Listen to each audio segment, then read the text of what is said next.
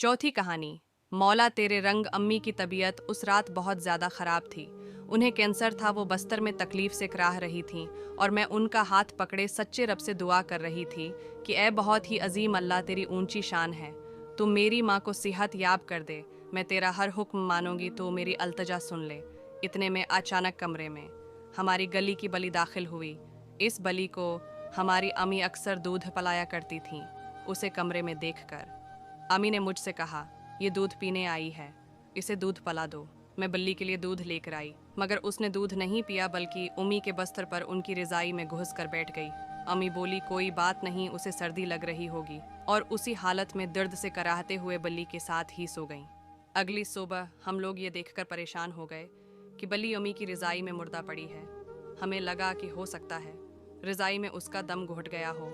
सब इंतहाई गमगीन थे, लेकिन उस दिन के बाद उम्मी की तबीयत दिन बह दिन ठीक होने लगी और 4 माह के बाद डॉक्टर ने बताया कि लेबॉर्टरी रिपोर्ट के मुताबिक आपकी उम्मी को कोई कैंसर नहीं है, और ऐसा मौजज़ा उसने अपनी ज़िंदगी में पहले कभी नहीं देखा।